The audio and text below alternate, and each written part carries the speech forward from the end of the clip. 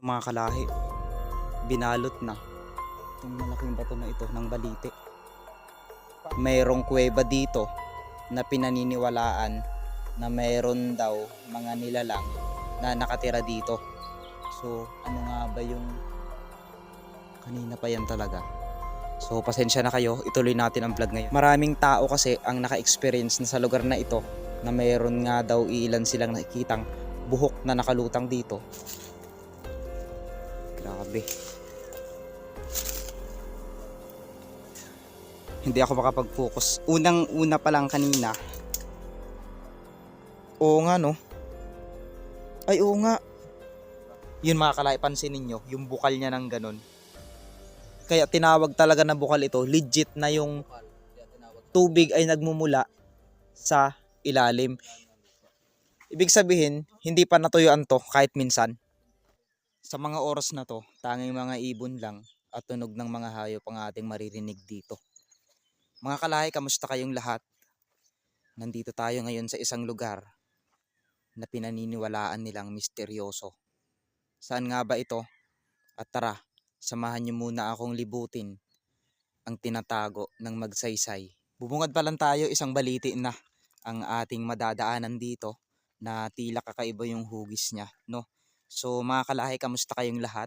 Magandang araw, panibagong vlog na naman ang i-explore natin sa episode na ito. Ayan kung saan makakasama natin si Mindoreñong Mangyan. Ayan, sa mga naghahanap sa kanya, muli ay mayroon lang siyang inasikaso na mga bagay-bagay at yung kanyang namayapang lola ay ihahatid na sa kanyang huling hantungan. Kaya pasensya na kayo at hindi nakakapag-upload si Mindoreñong Mangyan sa mga panahong ito.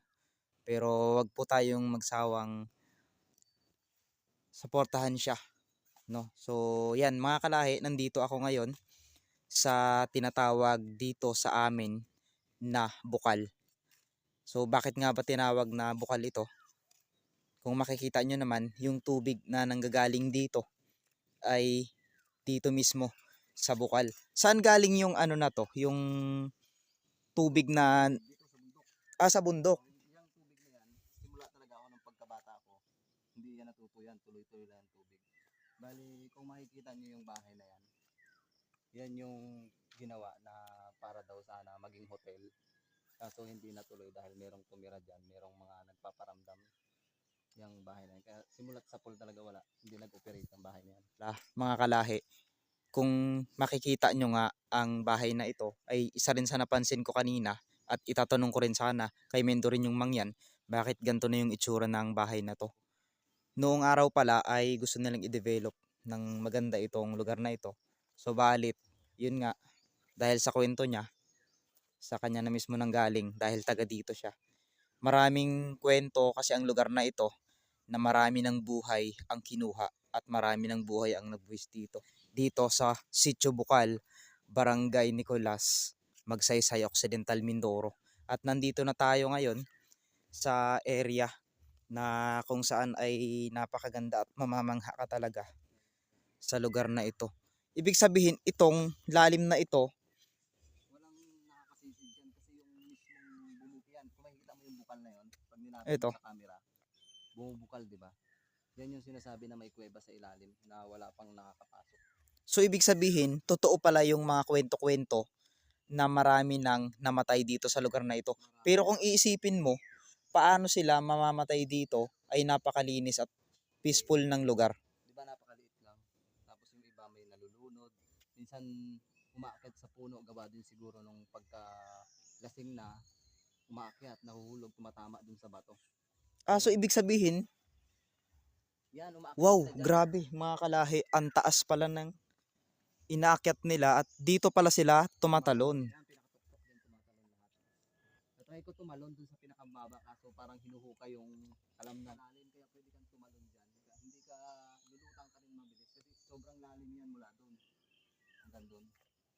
Grabe. Kaya ng lumot pag tumataob, umaabot hanggang dun. So ang mga lumot na ito ay palatandaan lang na ang tubig po ay umaabot dito. At maraming ang naliligo dito at dito rin sila nag-iigib ng tubig. Sapagkat yung tubig kaya dito ay matabang. Matabang.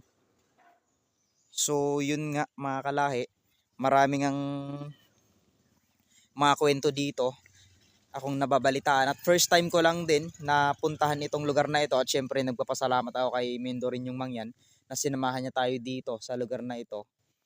Napakatahimik. Mas pinili naming i-vlog ito ng umaga sapagkat mas makakapag-focus kami sa mga bagay na pag-uusapan namin dito. Dahil kung makikita nyo nga, sobrang linaw at napakalalim ng tubig na ito. Sabi nga nila, ng mga ilan na nababalitaan ko, na kahit sukatin mo daw ng kawayan, itong ilalim na ito ay sobrang lalim daw. Malalim yan. May kuweba kasi sa ilalim. May kuweba dito na nag-uugnay. So mga kalahi, abangan nyo. Dahil nga sa kuweba na yun ay maraming kwento. At alam nyo ba, noong araw daw, at hanggang sa ngayon ay isang misteryosong mga bagay, mga ilang misteryosong bagay ang nakikita dito. Ang lakas ng bukal niya. Oo nga no. Lakas ng bukal. Ay oo nga. Yun mga kalahi, pansinin nyo, yung bukal niya ng ganun. Tinawag talaga na bukal ito, legit na yung Bukal. Kaya tinawag siya tubig ay nagmumula sa ilalim. ilalim ng lupa. Hindi pa natuyuan to kahit minsan. Hindi natutuyan to. Kasi papunta yan doon sa dagat. Ah, dagat na ito. Sa dagat. May time siguro na inaabot ito ng baha, ay ng tubig, itong area na to. Pag may bagyo, malabo din to. Ah, itong area na Pero to. mas unang lumilinaw to kaysa dun sa kabila kasi ito kasi yung bumubukal. Ano yun? Ay, may ibon. May mga basura. Ang dami. Ayan oh. Ang dami no. Grabe.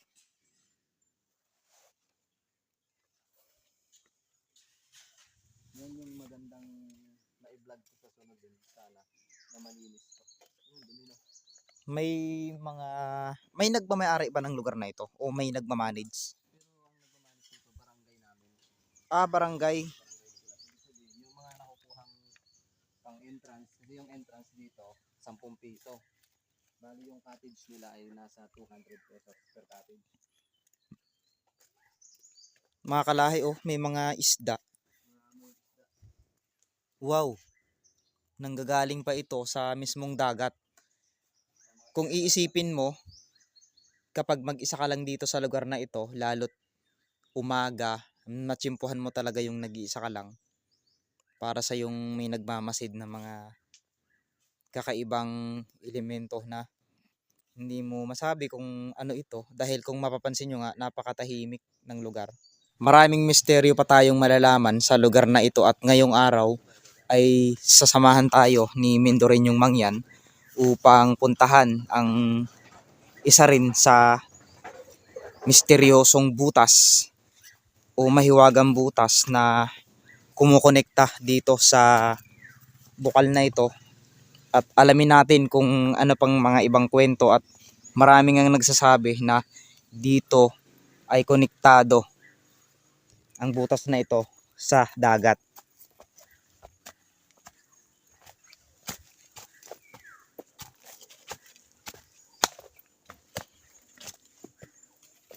Ang daming mga basura, mga kalahi na kinalat dito ng Yung mga nakikita tao. yung bumubukal na yan, konektado yan sa kabilang side yung tinatawag nilang lagoon.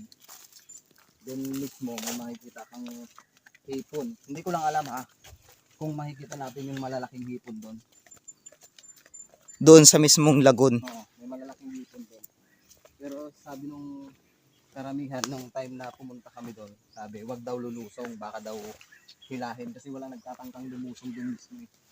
Kasi Yung dinaanan na ito yung dinaan natin din kanina. oo. Kasi yung bukal na yan, konektado dun sa lagoon. Kaya sinasabi nila na yung kuweba talaga niyan, papunta dun sa lagoon.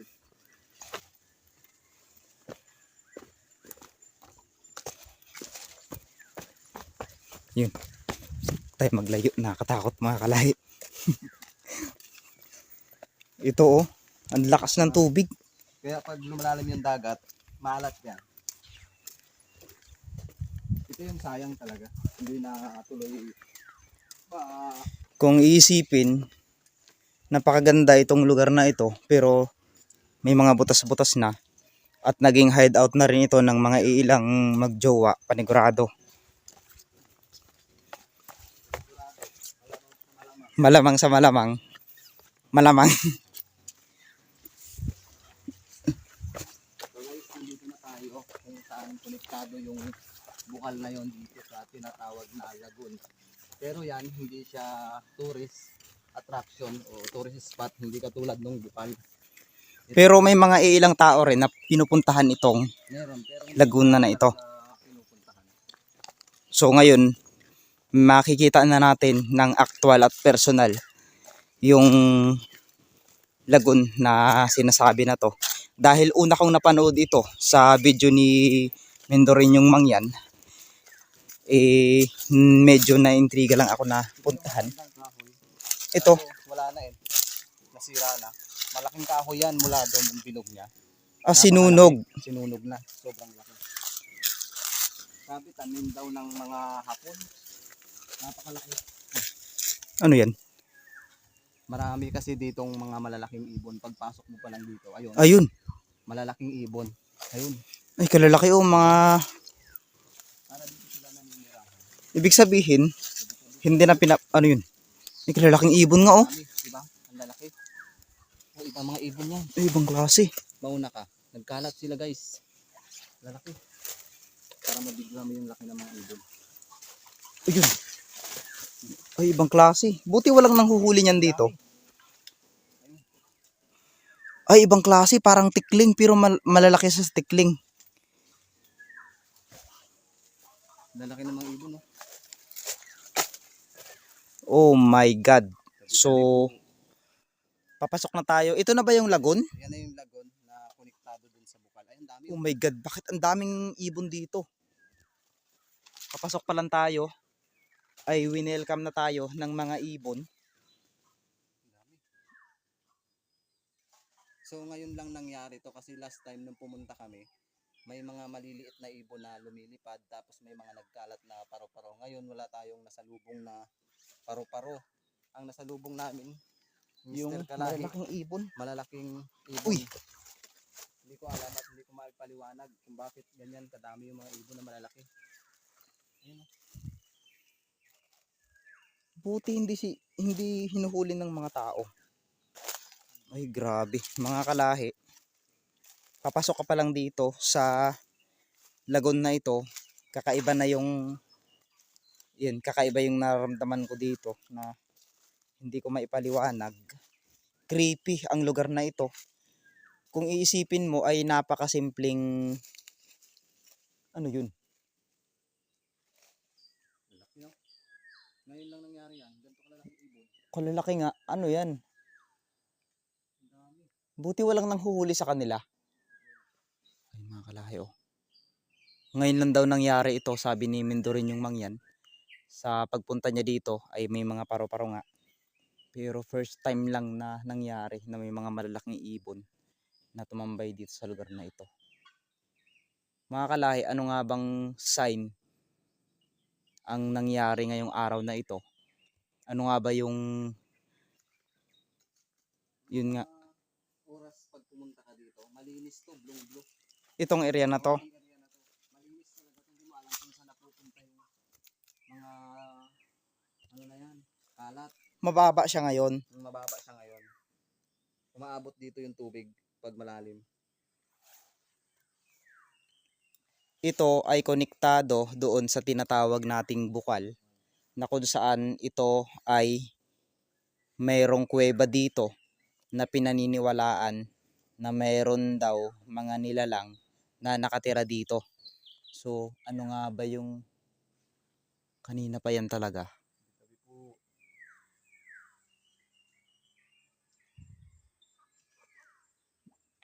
parang winelcome tayo ng mga ibon. So yan, ituloy natin mga kalahi. Akit tayo sa taas kasi yung mga pinagpakain ng treasure. So mayroon mga treasure ano dyan. Yung dyan sa taas. Sige. So mga kalahi, yun nga. May mga ilang kwento kasi o mga actual na na-experience. Hindi ako makapag-focus mga kalay kasi yung mga ibon talaga kakaiba yung welcome sa amin. So pasensya na kayo, ituloy natin ang vlog ngayon. So maraming tao kasi ang naka-experience na sa lugar na ito na mayroon nga daw ilan silang nakikitang buhok na nakalutang dito. So paano nangyaring magkaroon ng buhok ito? Wala namang Buhok ng matanda. yun. So yun nga, walang mga taong tumatangkang pumunta dito sa simpleng lugar na ito. Kasi kung ako taga dito, hindi ko napupuntahan ito. Nakakatakot naman kasi ito. Hindi ko lang alam kung pwedeng ma-vlog to ng gabi. Kasi baka hilahin tayo dyan. Kasi sabi nung napagtanungan ko last time, wag daw akong lulusong dyan. Kasi konektado nga yan sa bukal yung butas. Baka hilahin. So pupuntahan naman natin yung pinagukayan ng mga treasure dito. Malalalim dito yung mga pinagukayan ng treasure. Nakikita natin dito yung mga pinaghukayan ng treasure na kung saan isa rin sa dahilan kung bakit pinoprotektahan ng mga tao ang lugar na ito. Ang tanong, bakit sinunog? Sinunog na itong lugar na to. Hindi to ganito dati, bakit sinunog? Kaya siguro binantayan ng mga ibon. Kasi last time nung pumunta kami dito, green na green yung mga paligid nito. Pag tag-ulan, makikita mo siguro mayroon ditong mga tubig na na dumadaloy. Oops. Medyo kinakabahan ako mga kalahi. First time ko kasing pumunta dito. Mag-ingat tayo dahil may mga yun nga, napansin ko, ang creepy. Malungkot yung tubig gawa siguro ng sinunog yung paligid. Ang creepy na sa totoo lang mga kalahi. May mga gamit daw sila dati. Sabi ng mga lula ko. Kung mayroon mang silang gamit, ibig sabihin may nakuha sila dito. Diyan malalim. Ano yun? Yung mga kumakaluskos. Parang mga naglalakad. Ayan o. May dahan-dahan.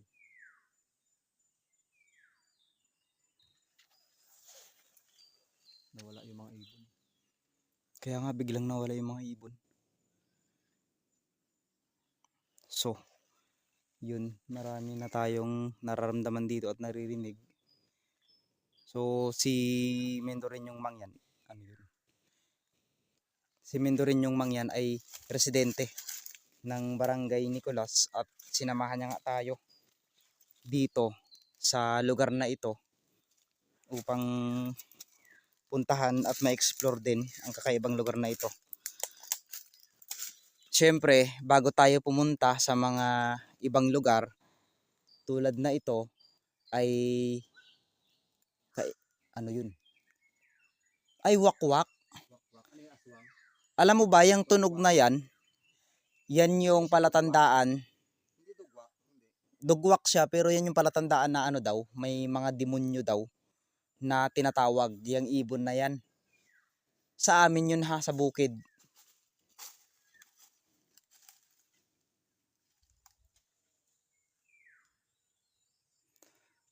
Diyan may tubig.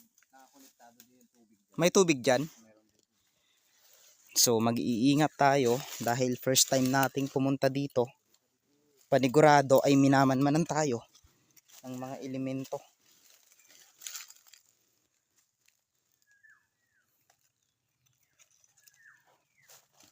Ayan, sa mga patuloy na sumusuporta sa amin, alam kung sino man kayo, ay kahit hindi na namin kayo banggitin, alam kong maraming nag-aabang ng mga vlog namin, lalo na si Mendorenyong Mangyan, na sa ngayon ay mayroon pang inaasikaso. Ayan mga kalahi, tanong ko lang sa mga viewers natin, baka meron kayong mga kakaibang bagay na makita dito. Paki-comment nyo naman.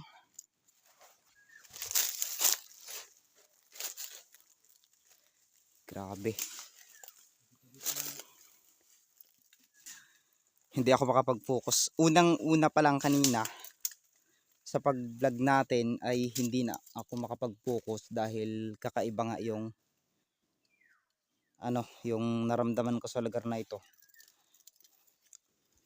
Ang creepy talaga ng ano na to, yung lugar, hindi siya welcoming para sa akin. Hindi siya welcoming sa mga taong baguhan. Tataas yung mga balahibo ko dito. Pati yung buhok ko, parang gumagano. Huh. Sa gilid na tayo ng bundok, no? Isipin mo, yung gilid ng bundok na ito ay mayroong isang butas. Isang malaking butas ito na kung noong araw ay hinukay talaga ng mga tao ito. Ang lakas ng loob nila kasi ang lalaking bato. Baka may mga cobra dyan. Iwain mo, dito sa bundok nakakonekta yung tubig na yun na yung gagaling rin siya sa dagat. Tignan nyo mga kalahi. Binalot na itong malaking bato na ito ng balite. Paano ko masabi mga kalahi na hindi ito welcoming sa mga baguhan? Tulad ko, first time kong pumunta dito, nakakaramdam ka agad ako ng kakaiba. So hindi naman porkit kakaiba yung mga elemento na, syempre sa sarili mo naman yun, no? Ayan, syempre bago natin tapusin ang video na ito ay nagpapasalamat ako kay Mendoreñong Mangyan sa pagsama niya dito at sa walang sawang pagtulong sa akin simula nung nagsisimula pa lang ako. Kakaiba talaga siya.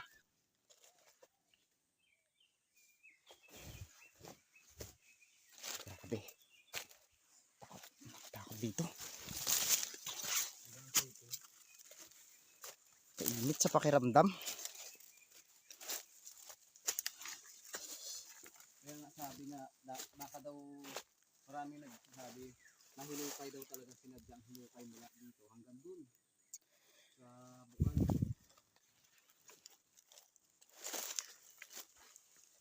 Kung iisipin mo, init ng pakiramdam dito. Hindi talaga welcoming ang lugar na ito. Aray.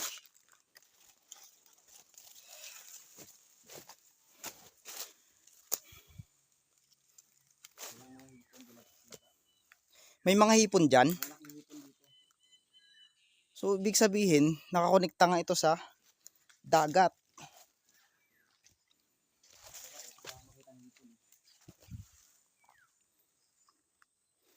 Dito yung kuweba. Papasok dun. Ni minsan, hindi pa ito natuyuan. Hindi na totoo yun. Kasi nakakonekta dun sa bukal na papunta sa dagat. Pag tag-ulan ito, malinis ang lugar na ito. May mga times kasi na pag pumunta ka dito, malinis talaga to. Parang Ito. yung mga kalat pumupunta sa gilid. Pero ano ito, dumadaloy ang tubig na ito doon. Oo, doon sa bukal.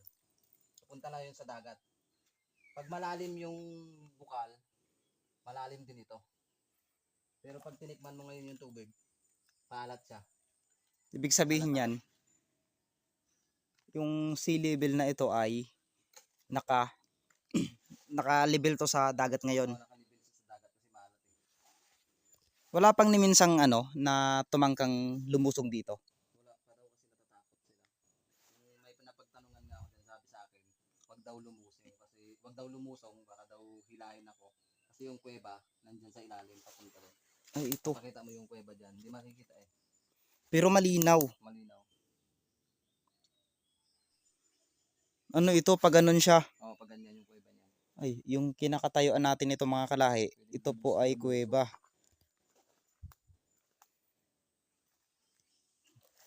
Para sa akin, hindi siya pwedeng gawing tourist attraction.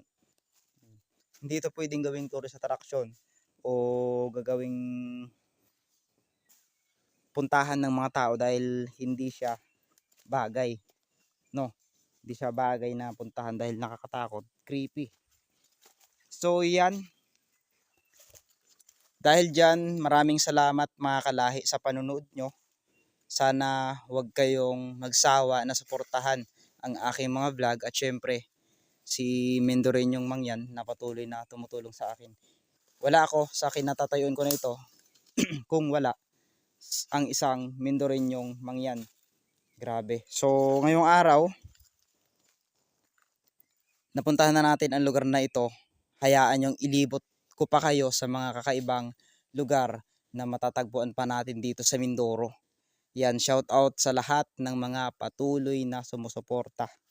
Lalo na sa mga taga Taytay Rizal. yung mga mananahi dyan, syempre. Mag-iingat kayo, saan man kayong dako ng mundo, anong oras nyo man ito mapanood ang vlog na ito, palagi nating tatandaan na may Diyos na naggagabay sa atin sa bawat araw na ginagawa natin. Maraming salamat po at kay Mendoreñong Mangyan, and God bless sa inyong lahat.